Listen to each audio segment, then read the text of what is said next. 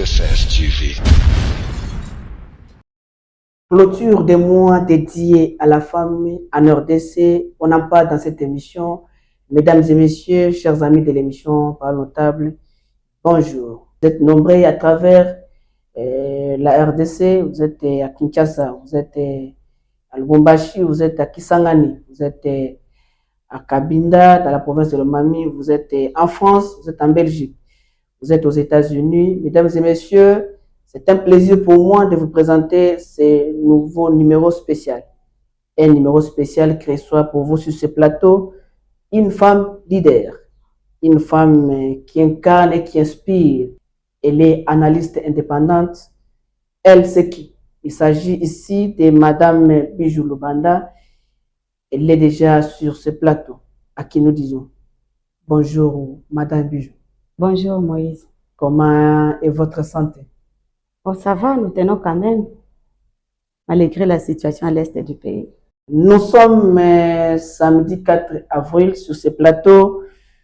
Le thème principal de cette émission est la Congolaise au centre des ambitions. Comme vous le savez, le monde entier venait de célébrer la journée internationale de la femme année 2026 avec comme thème international droit, justice et action pour toutes les femmes et les jeunes filles. Comme vous le savez, chaque pays a toujours choisi son thème. Pour la RDC, le thème retenu est la Congolaise au centre des ambitions. C'est ce thème qui nous intéresse aujourd'hui dans cette émission. Nous allons développer, nous allons poser des questions, nous allons réfléchir avec notre invité sur les ambitions de la femme congolaise, les ambitions de la femme lomiamène.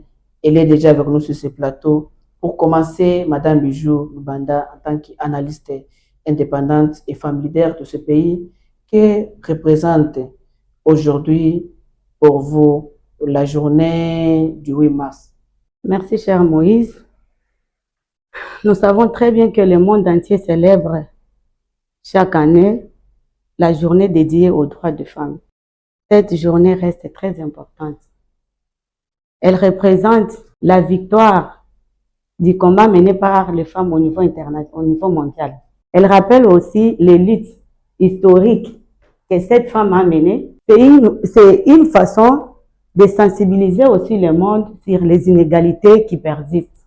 Entre autres, l'accès à l'éducation, le mariage précoce, la sécurité, les droits au vote et la représentation de la femme. Vous savez très bien que la République démocratique du Congo, à travers le ministère du GER, le ministère national du GER, avait choisi pour thème principal la Congolaise au centre des ambitions. Aujourd'hui, nous aimerions un peu savoir quelle différence faites-vous entre célébration et revendication. Parce qu'aujourd'hui, certaines femmes résument cette journée par le port des uniformes, par le port de nouveaux vêtements. Quelle différence faites-vous entre revendication et célébration? En fait, nous célébrons les victoires obtenues et nous continuons à revendiquer les inégalités qui persistent, les inégalités persistantes.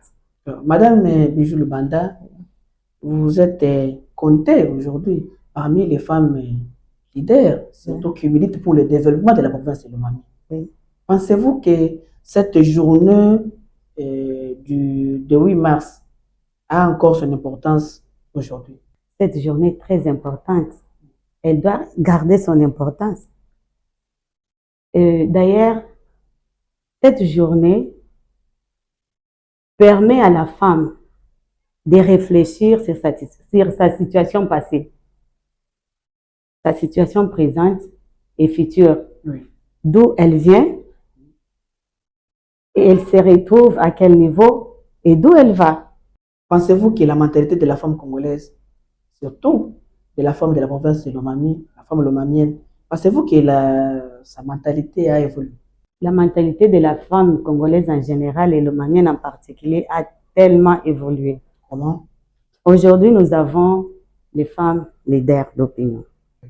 Aujourd'hui, Ce qui n'était pas le cas. oui, aujourd'hui, nous avons les femmes qui peuvent s'élever et postuler. C'est dur, je vais postuler, qui ont les ambitions comme notre thème national nous révèle ce matin, Oui.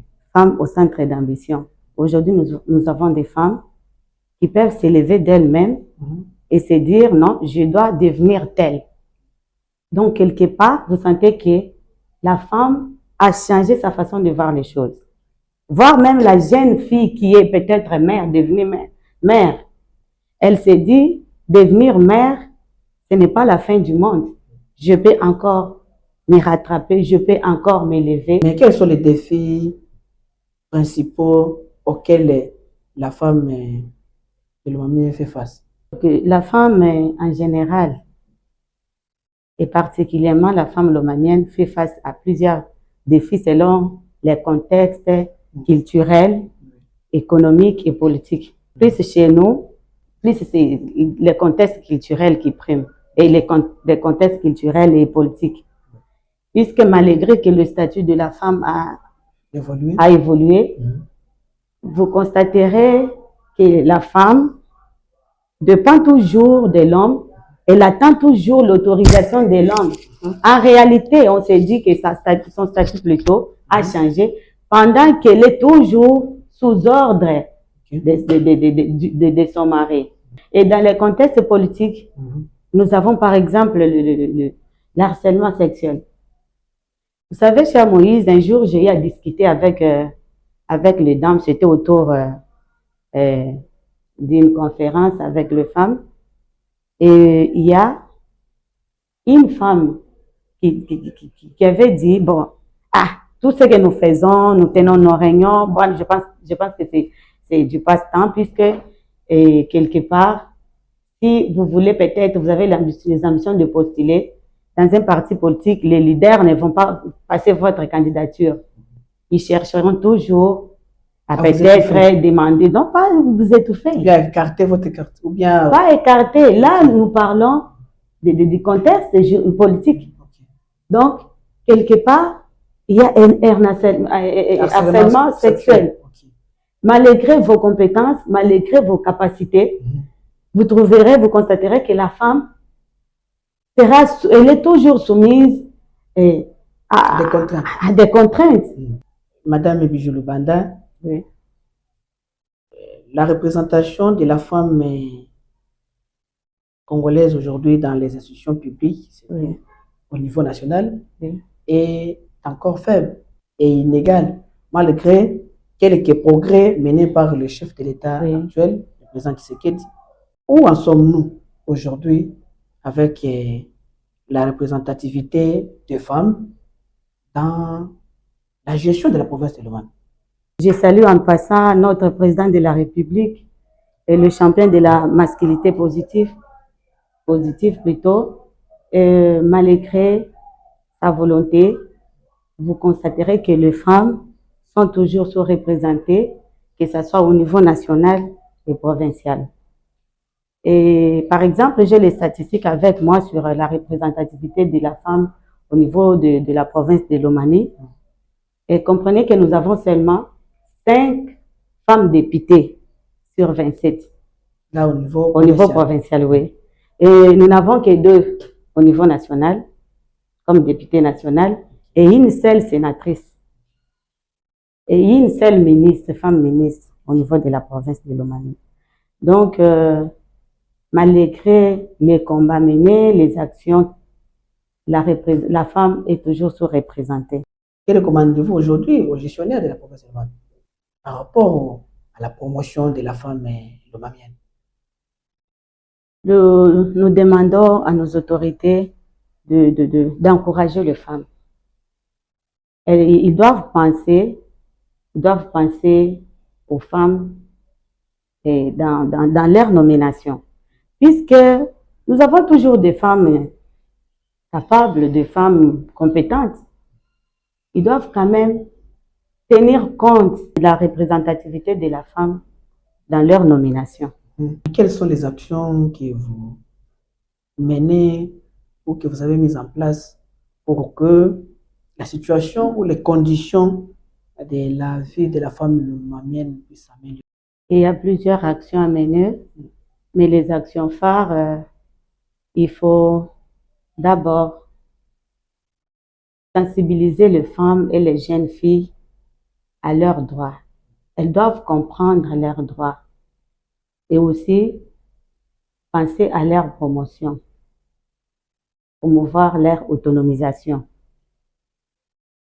Et peut-être en créant, pas peut-être, en tout cas, il faut créer des structures de formation professionnelle pour leur insertion sociale, leur apprendre le métier. Comment fabriquer les savons, comment préparer les beignets, et une formation en esthétique, en coupe et couture. Et ça va les aider à s'épanouir, à se prendre en charge. Et ceci va bénéficier à la communauté et ça remonte au niveau du pays. Est-ce que les hommes ont-ils un rôle à jouer dans ces combats? Un très grand rôle à jouer. Et l'homme n'est pas spectateur. Il doit être acteur réel au changement. Sans l'implication de l'homme, il est difficile de parler de l'égalité réelle. L'homme doit accompagner et assister la femme dans cette lutte. Vous savez, cher Moïse, je me suis toujours dit, malgré que le statut de la femme a évolué, l'homme reste un frein pour l'épanouissement de la femme, puisqu'il y a encore persistance des valeurs socio-culturelles. La femme est toujours soumise sous ordre de son mari. Donc, tant que cette mentalité va persister dans l'homme, l'égalité restera un slogan. Mais comment est-ce que vous voyez l'accompagnement de l'homme? Les hommes doivent accompagner les femmes. Oui, oui. Mais comment ils doivent le faire? Par exemple, bon, là, je parle en guise d'exemple, puisque nous n'avons pas de statistiques exactes pour connaître les nombres et tout ça. Le problème, c'est quoi, cher Moïse? Moi, j'ai eu à fréquenter un mouvement associatif des femmes. Et un jour, une dame de notre association était butée, donc pas seulement une, plusieurs dames étaient butées à ces mêmes difficultés. Vous tenez des réunions, vous comprenez la situation à Kinshasa, parfois les transports compliquent, les embouteillages. Vous terminez la réunion un peu en retard et quand elle arrive à la maison, l'homme pose des problèmes. Voilà pourquoi nous recommandons toujours d'associer l'homme dans toutes les actions ou bien dans toutes les démarches menées pour l'équité. Sinon, l'équité restera un slogan. Et on ne va pas palper cette égalité réellement. On ne va pas le palper. Donc, ça va rester juste un slogan. Par rapport aux femmes qui ont les ambitions Oui. à devenir leaders, à gérer ces pays, à gérer la province de Lomami, qu'est-ce que vous leur donnez comme conseil? Et aux dames qui me suivent, je leur ai dit de rester fortes, puisque ce n'est pas facile. Elles doivent rester fortes. Elles ne doivent pas attendre la permission de qui que ce soit pour devenir ce qu'elles veulent être. Elles prennent leur destin en main. Et son épanouissement, bon, l'épanouissement de la femme n'est pas un vertu, c'est un droit. Elle peut se tracer un chemin et se faire entendre. Ce n'est pas facile. Quand vous êtes déjà engagé pour une lutte, il y a toujours des crocs à jambes. Elles doivent vraiment avoir des nerfs solides. Des nerfs solides. Et surtout, surtout les femmes qui font la politique. Ce n'est pas facile. Elles doivent rester fortes. Mais lâcher puisque on me critique, puisque on me soupçonne, j'ai dit non. C'est ces conseils-là que je peux donner à toutes les femmes du monde, particulièrement celles de ma province. Et j'adore la province de Lomami. Que recommandez-vous, Madame Bijou Lubanda, aux jeunes filles d'aujourd'hui qui sont beaucoup plus dans le divertissement que dans l'éducation? À nos jeunes filles, elles doivent croire en soi, prendre leur destin en main, comme je venais de le dire pour les femmes. Et personne ne peut venir étouffer leurs rêves ou bien limiter leurs rêves. Vous savez, quand une fille est déjà mère, elle peut se sous-estimer et dire que c'est fini pour moi. Pendant que ce n'est pas ça. Elle peut toujours, aujourd'hui, s'élever, être déterminée,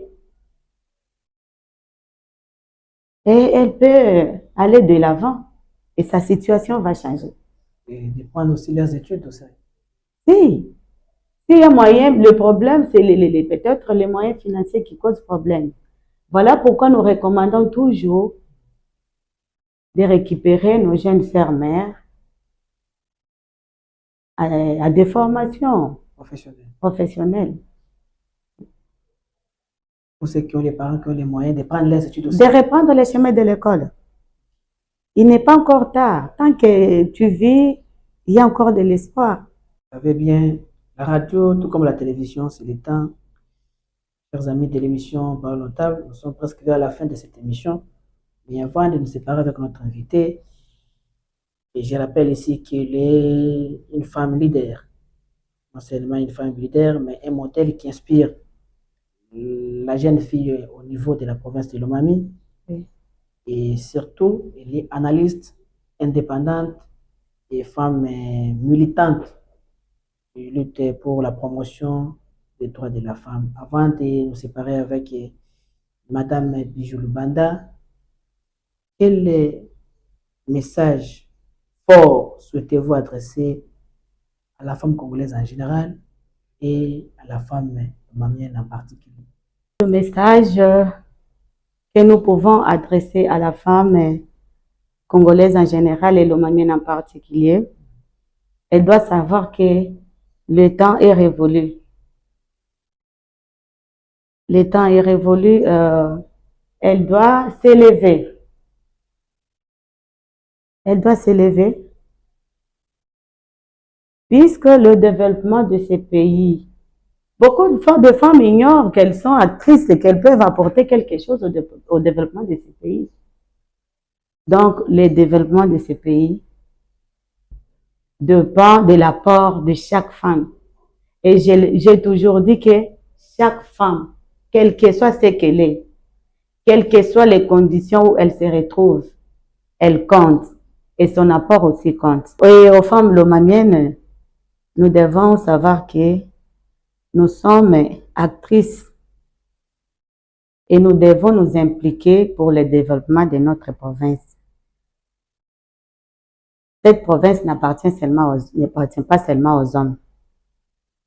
Elle a besoin de l'apport de tout le monde, surtout de la femme. Nous devons nous impliquer aux actions menées, participer activement, accompagner nos autorités dans tout ce qu'ils entreprennent pour le développement de notre province. Nous ne pouvons pas terminer cette émission sans penser ou bien sans encourager les femmes leaders de chez moi ou bien de ma province. Entre autres, l'honorable Véronique Chimpaka, Madame la directrice générale de l'OCC, Christelle Mwabilo, l'honorable Sidonie Ejiba, Ndalamumba, la femme forte, Rachida Mutamba, Angèle Matenda, Nana Imboyo, et on dit anyway, on dit quoi? Christelle Tendo, Madame Christelle Tendo, une femme très forte. Madame Charlie Moussambi. et Dr Solange Kitenge, et à Madame Liliane Moulembwe Kapinga, et à Madame Bijou Moutere, notre star, celle qui fait la promotion de notre culture. Elle est très forte, cette dame, nous devons vraiment l'encourager. Et Madame Fidéline Kambilo, et à toutes les femmes fortes de la province de Lomami, sans oublier Madame Olive Moudimbi. À toutes les femmes lomamiennes, le message a été clair. Venez accompagner les autorités dans le développement, dénoncer surtout tout ce qui ne marche pas dans la province aussi. C'est une lutte pour la femme qui veut des choses puissent, pour une femme qui veut que les choses puissent s'améliorer dans la province de Lomami. Mesdames et messieurs, c'est par ici que nous mettons fin à cette émission. Avant de vous séparer, nous disons encore une fois de plus, merci Madame Bijou pour la disponibilité, surtout d'avoir accepté, malgré vos multiples préoccupations, de répondre à notre invitation. Merci Madame. C'est moi qui vous remercie, cher Moïse. Si vous avez aimé cette émission, vous êtes surtout nos amis de Kisangani, en tout cas vous êtes nombreux souvent à nous appeler, nos amis de Litouri, en tout cas, merci de nous écrire. Pour les amis qui sont de l'autre côté de l'Afrique du Sud, je vous dis également merci. Si vous avez aimé cette émission, dites merci à Jean Kalonda derrière la caméra, ainsi qu'à toute l'équipe technique, ceux qui vont vous écouter à la radio, vous entendez la voix de Moïse Lubo. Merci et à la prochaine. Ciao. Merci. CFS TV.